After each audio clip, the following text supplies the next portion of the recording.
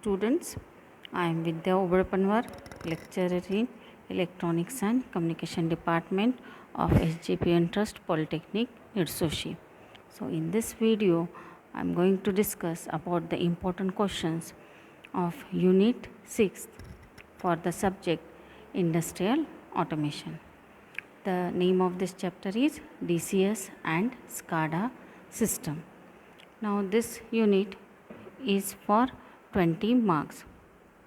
So for part A, 5 marks 2 questions, and for part B 10 mark 1 question. So let us start with the important questions related with this chapter. So generally one basic definition is always asked about the SCADA. So this SCADA we define, or SCADA stands for Supervisory Control and Data Acquisition.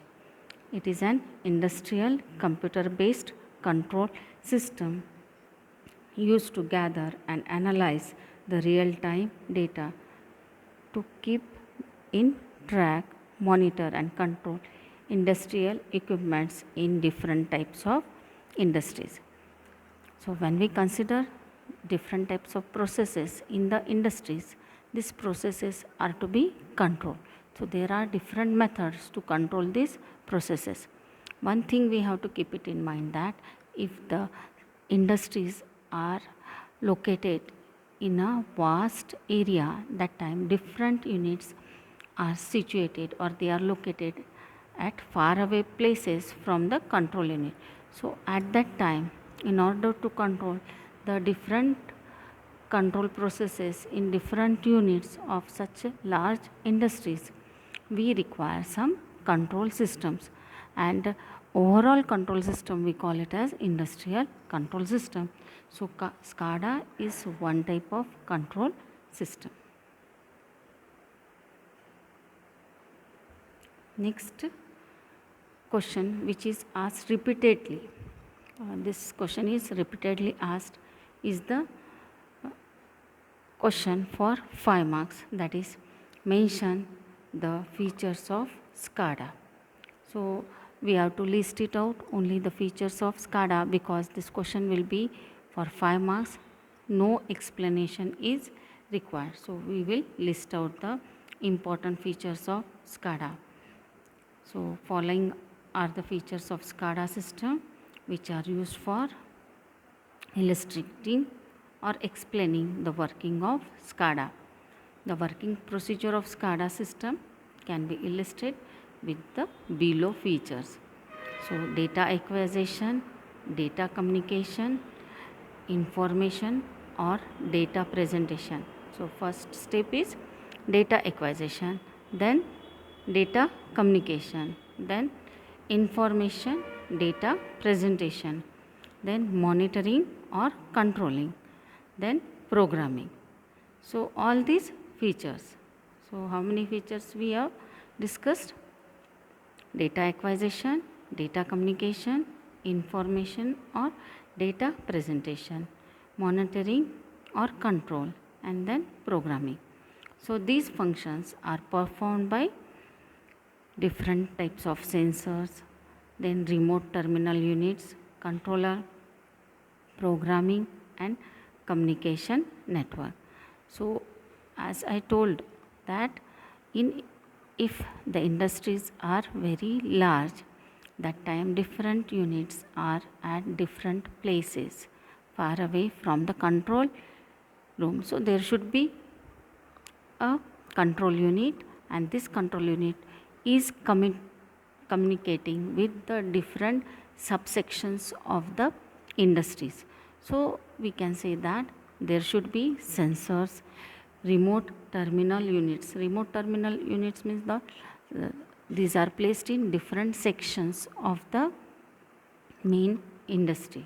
Or suppose if we consider a cement industry, so there will be one control room and the different processes related with this cement, that is packaging, then there will be grinding and mixing, so many processes takes place. So all these processes control will are situated at different places, little bit far from the main central or the control room. So there should be communication between the different units with the main control room. So the function performed by the sensors, RTUs, controller, programming and communication networks are done in the SCADA system. The sensors are used to collect the important information. So physical quantities are to be converted into electrical quantities, then only the machine will understand. So the sensors are used to collect the important information which will be converted into electrical form, and then the RTUs are used to send this information to the controller, and in the control room or in the main controller, the display the status of the system. Suppose 2 units are there in a industry, then the status of the 2 units will be displayed in the control room. So according to the status of the system, the user can give command to other system components. So this operation is done by the programming and processed through a communication network. Communication network is used to carry the information, give the signals to the remote terminal units, take the signals from those units. So in detail, if the question is asked, then we have to go with the explanation. What is meant by data acquisition, what is data communication, then what is information data presentation. If the question is asked for 10 marks, then we will go with this explanation. First step in case of SCADA is the data acquisition. So real-time system consists of thousands of components and sensors. It is very important to know the status of particular component and the sensor. So this we call it as a data acquisition. Then data communication. So the SCADA system uses wired network to communicate between the user and the devices. So wired communication is used.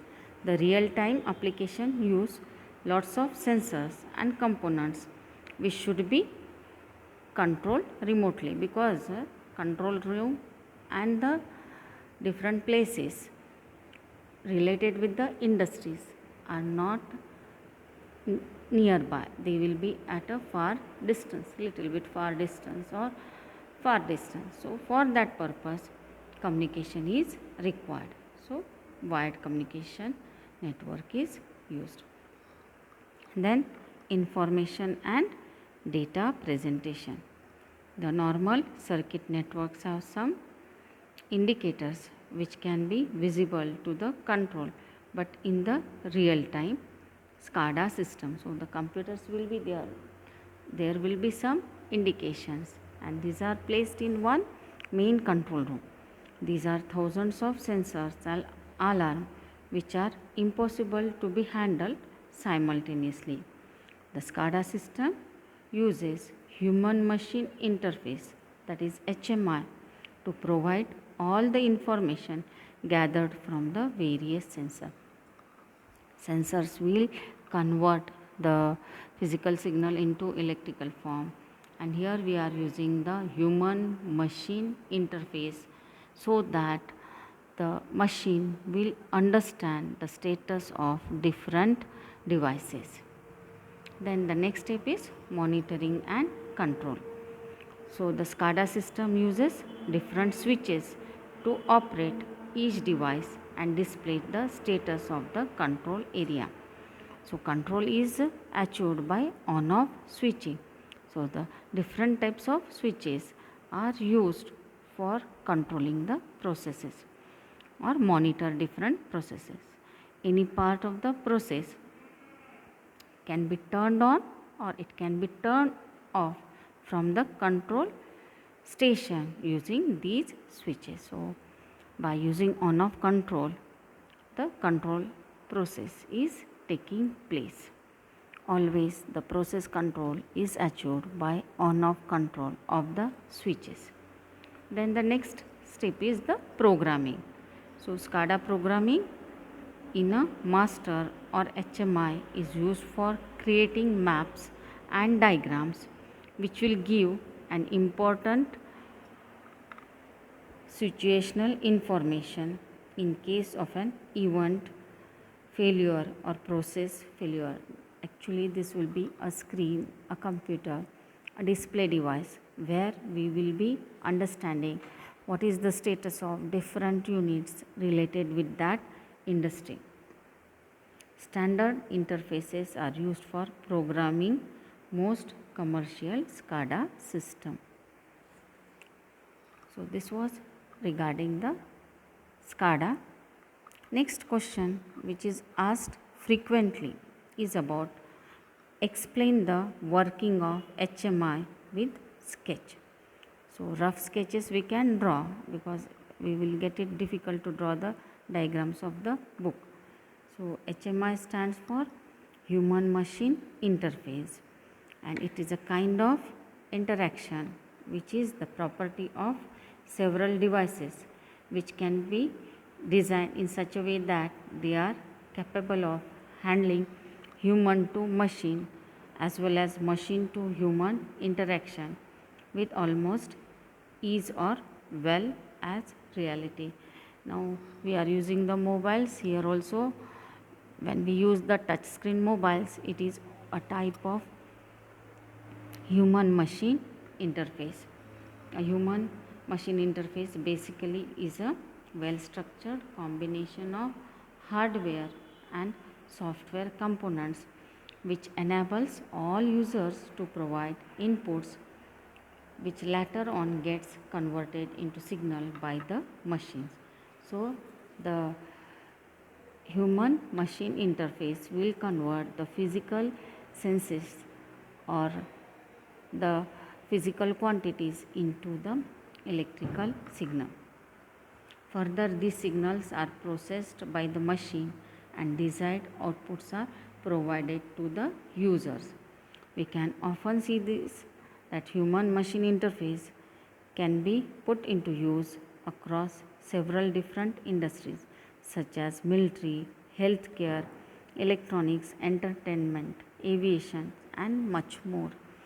Now we have seen different equipments, gadgets used in medical where by taking the different parameters, by sensing different parameters of the body, electrical signals are generated which will be useful for diagnosing of different diseases. So here we consider the interfacing is done between human beings and the machines. There are several other names for this human machine interface such as computer human interface, man machine interface or human computer interface and so on. So this is the diagram of human with the machine. So how the interface between the human beings and machine takes place can be seen from this diagram.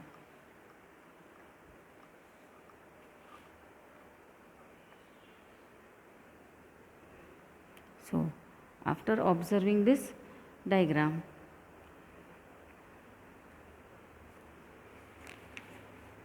we see that human being are connected with the machines. So sensing organs of human beings can also be used for this type of interfacing.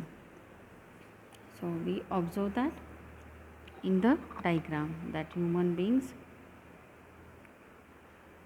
senses, after sensing sensors are there and actuators are there. One thing here we have to make it clear that sensors are the input devices, actuators are the output devices. So we will understand the working of this images. The human machine interface provides all users with the power to control as well as operate a system, instrument or machine with artificial intelligence. So here artificial intelligence will be used, playing a very important role. In fact, there are several high-end and sophisticated HMI systems which are capable of lending assistance to users across several different areas of applications, including CNC centers, medical, diagnostic, high-speed diagnostic centers, high-speed bullet trains, lab equipments, and semiconductor equipments. In simple words, we can explain HMI is capable of making all the crucial elements into virtual interaction that an end user is capable of hearing, touching, watching and using for the purpose of performing several different kinds of control functions and for receiving feedbacks on all these actuators and the functions, actions and functions. So, by observing this block diagram, we can see that there is communication between humans and the devices. And here in the first diagram we see that the human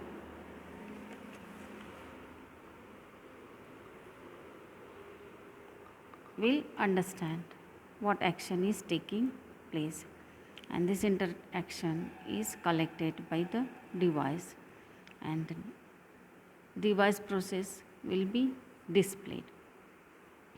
So, process can be again understood by the second diagram also.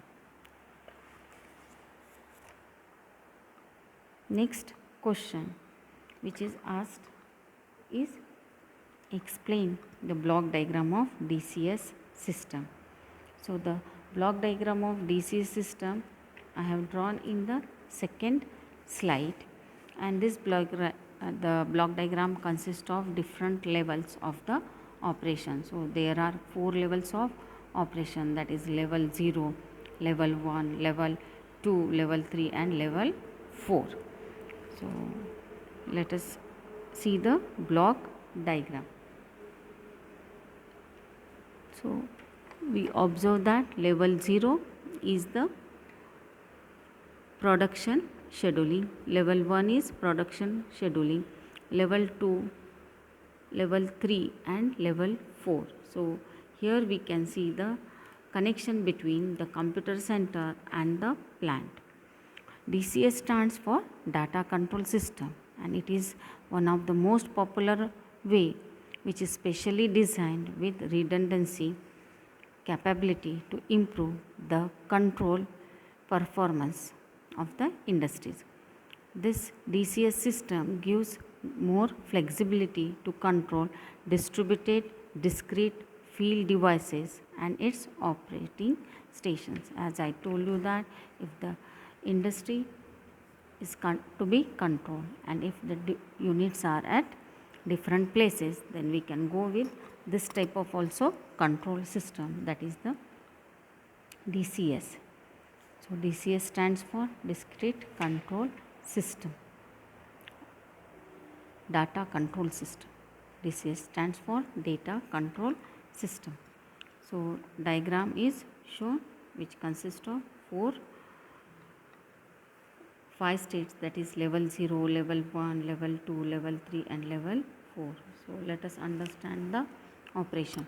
So, at level 0 it contains the field devices such as flow and temperature sensors and final control elements such as control valves.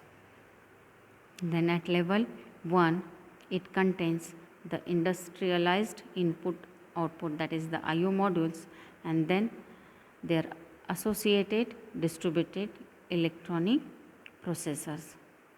Then the level 2 contains the supervisory computers which collect information from processor, then different nodes on the system, and provide the operator control screens.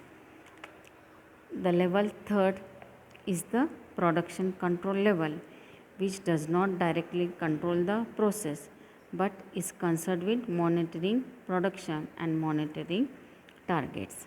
Level 4 is the production scheduling level. Now here the basic level is the plant level, then it will be the level 1 which contains IO modules.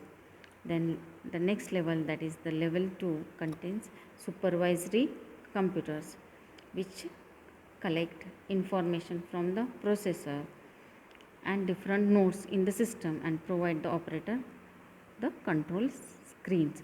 Now if the industry is bigger, the levels goes on increasing. Now in this type of control, the data is collected from different units. Suppose one industry is there, then in this industry the main thing is that whatever production is done, before the production is done, the system or the working people has to understand what is the demand, where there is more demand. So they have to understand about the market. So as the size of industries goes on increasing, then the levels of this control system is increased. So if a single lathe machine is present, then the level of control will be the 0 level. So here only one machine control is required, and as the system goes on becoming more sophisticated, then the control level goes on increasing. Finally, if the plant is more sophisticated, more advanced, that time all the parameters are studied by the main computer, and according to that the control process takes place. So that final level, that is level 4, is the level where production is scheduled. So this was all with respect to the block diagram of the DCS system. But in some cases the question is asked as explain the hierarchical architecture of DCS. So that time we have to draw this triangular diagram. So this triangular diagram, again here we know that there are 5 levels from 0 to 4. So we have stated here the function of different levels, that is from 0 to 4. So at the basic level, that is level 0, is the machine level. So for example, at this machine level, if lathe machine control, such as moving the cutter through its path manually, then this level of control is the 0 level. Suppose the cutter we are adjusting manually, then the control achieved is the 0 level control. Then if again some more machines are there, more controls are there, then the level of the DCS control goes on increasing. So at level 1 is the electrical level and other related controls. So level 1 is again subdivided into 3 sub levels. They are level 1A, level 1B and level 1C. So depending upon the industries, these levels are present. So in level 1A, in this level, such as the operation of lathe is controlled by the electronic computer based. Such a control for automatic feed rate for cutting the metal would be in this level. So if a control is achieved by the computer, then it comes under the level 1A. In level 1B is reached when controls are programmed for machining more than one part. So in level 1A, there we were considering only one process. In level 1B, if more than one part are to be controlled by programming machine, then it is a level 1B control. The control pattern for such part is called as is obtained from a master control. The master control is the pre-programmed for each part. So what, suppose a part is to be manufactured, then the design of that part is stored, and in such case the control is level 1B control. In level 1C, in this type of control, machining patterns for many different parts can be stored and recalled as needed. If it is one part only, then it is 1B. If more than one or two parts is there, then it will be 1C level. So when a parts of machining program is first used, each step and motion is recorded in the memory. The next time when same part is to be machined, then the parts of machining program is recalled from the memory, and due to this recalling procedure, it will save redoing the same processes for the same part. So this will save the time for manufacturing. Then comes the level 2. So at level 2, which is based on networking, it involves connecting the control of two or more individual machines. Till the first level, it was single machine. Now if connecting more than one individual machines, and if these devices work together, then it comes under level 2. So in many manufacturing operations, more than two devices are coordinated, which is controlled by a master controller. So such group of machines and devices are called as work cells. Then comes the third level of the control system. So in level 3, which involves number of work cells hooked upon a master coordinating automatic computer control. So at level 3, number of work cells will be connected to the automatic computer control. So this master computer carries out the scheduling part manufacturing in a given work cell for maximum machine utilization, and thus a single master control machine will control number of individual cells. Then comes the level 4. So at level 4, this is the last level of hierarchical architecture. So at level 4, it gets into the area of artificial intelligence. So at a high cost. So level 4 architecture will require a more cost, because here we are using the artificial intelligence. So in this level, analysis has to be made to determine whether people can make the same prediction at lower cost and with comparable accuracy. So comparison with different manufacturing can be done.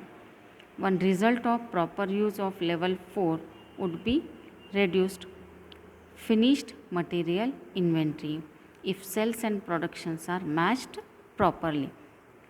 That only I told previously. First, the survey of market is done. What is the need of that product in the market? What are the other manufacturer and what is the cost they are offering? So all this survey is done at the level 4 of this control, where artificial intelligence will be used. And after understanding, then the manufacturing will be done, and as a result it would provide timely availability of the product for prompt delivery. Other considerations such as time to buy the raw material at lowest cost can also be understood at this level. So this is regarding the hierarchical architecture of the DCS system. So this question is a repeated question, and the explanation I have gone with the diagram, and these are the slides which shows the explanation or the answer. Next question, this is also a repeated question. So the question is, write the advantages of DCS. So this question is asked for 5 marks. So repeatedly asked question. So we will list out only the advantages of the DCS system. So the main advantages of data control systems are, it will manage any block from any computer on the network, then control precision, system coordination, diversity analysis system, load tracking, everything is possible. Then monitoring and maintenance of the data. Processes are fast, speed of the processes, high efficiency and better performance. Automatic document generation, data will be available timely. Reliance on technology, new technology will be used and we depend on the technology. Then accuracy is achieved and fraud is not, risk of fraud is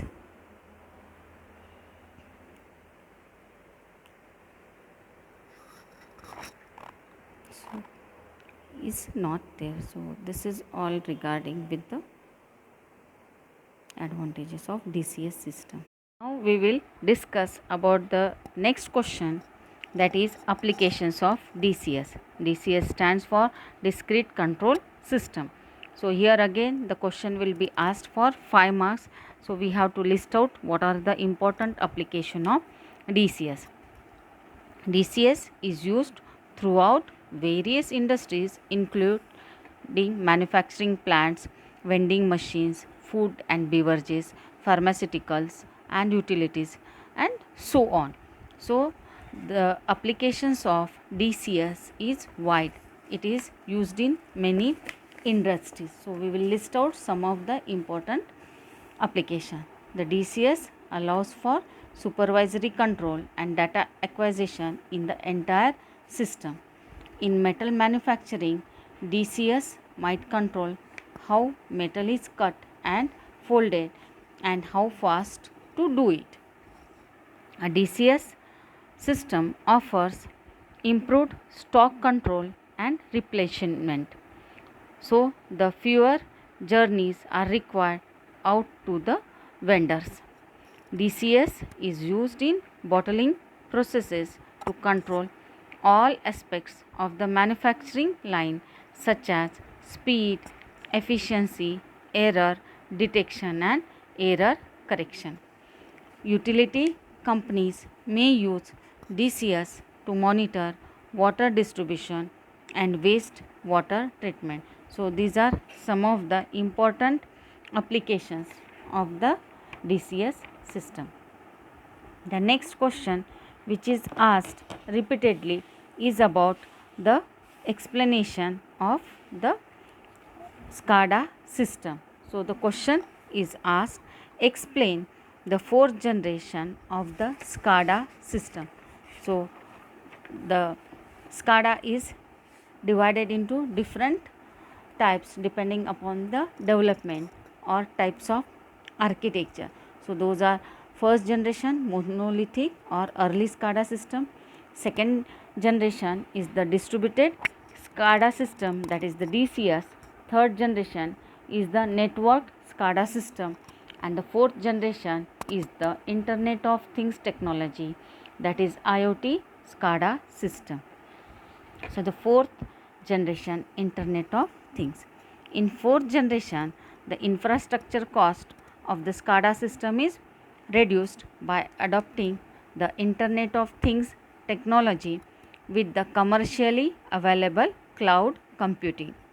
The maintenance and integration is also very easy for the fourth generation compared to the earlier SCADA system. I told already that there are 4 generations of the SCADA system architecture. Nowadays, we are dealing with the Internet of Things technology, that is IoT based. The SCADA system are able to report state in real time by using the horizontal scale from the cloud computing facility. Thus, more complex control algorithms can be implemented which are practically sufficient to implement on traditional PLC. The security risk in case of decentralized SCADA implementations such as heterogeneous mix of proprietary network protocols can be surpassed during the open network protocols such as TLNs inherent in the Internet of Things, which will provide comprehensible and manageable security boundary. So, this is regarding the Internet of Things, that is the 4th generation of the SCADA. Next question again will be asked for 5 marks, that is what are the advantages of SCADA. So, that time we are going to mention only the advantages of the SCADA. The SCADA system provides onboard mechanical and graphical information. The SCADA system is easily expandable. We can add set of control units and sensor according to the requirement. The SCADA system ability to operate critical situation is also very important. Next question, which is again asked for 5 marks, is the list the applications of SCADA. So, we will list out what are the applications of SCADA. So, SCADA systems are used for monitoring a variety of data like flows, currents, voltages, pressures, temperature, water level and etc. in various industries. If the system detects any abnormal conditions from any monitoring data, then the alarms at the central or remote sites will be triggered for alerting the operators through HMI, that is human machine interface.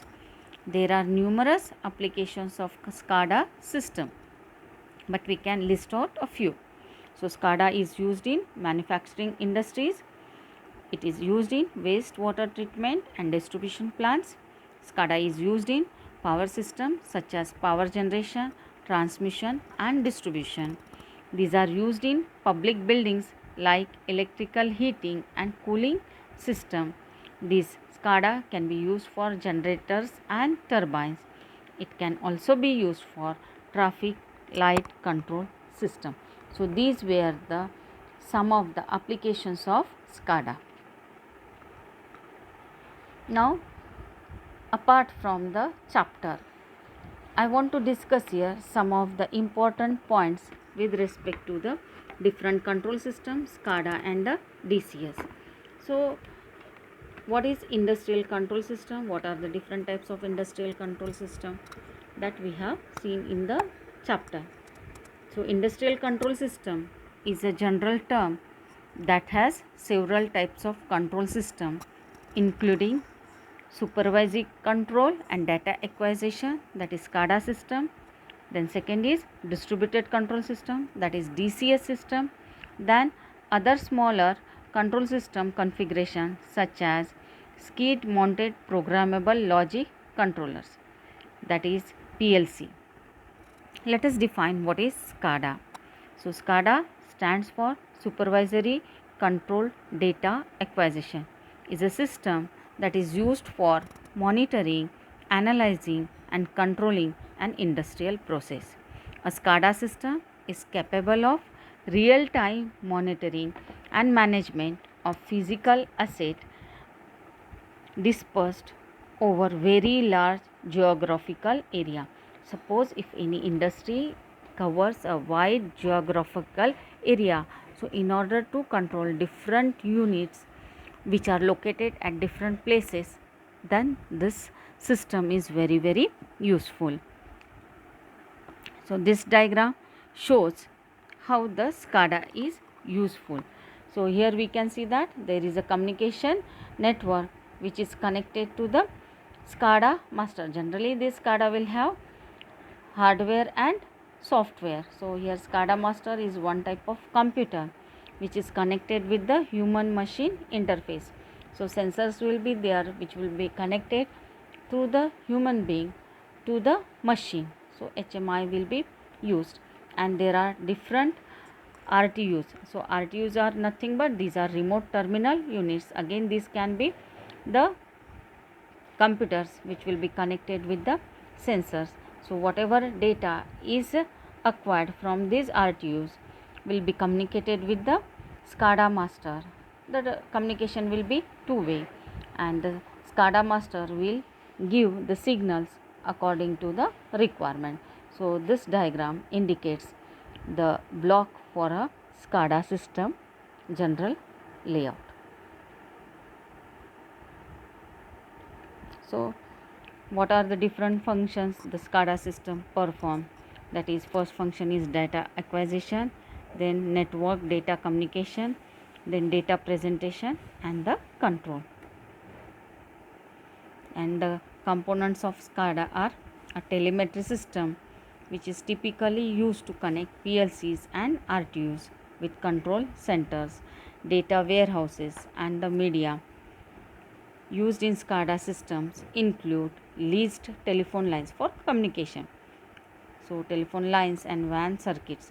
Examples of wireless telemetry media used in SCADA systems include cellular and microwave and other communication medium for communication between the RTUs and the main computer or main control unit. A data acquisition server is protocols to conduct software services via telemetry with the field devices such as RTUs and the PLCs. It allows clients to access data from these field devices using standard protocols. Protocols are very important. A human machine interface or HMI is the apparatus or device which presents processed data to a human operator, and through this the human operator monitors and interacts with the process.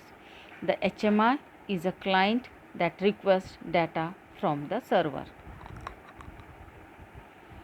Next, historian is a software service which accumulates time stamped data, Boolean events and Boolean alarms in a database which can be used to populate graphic trends in the HMI. The historian is a client that requests data from a data acquisition server. A supervision computer system which is used to gather or acquire data on the process and sending commands to the SCADA system. Communication infrastructure connecting the supervisory system to the remote terminal units are present. So various processes and analytical instrumentation is used.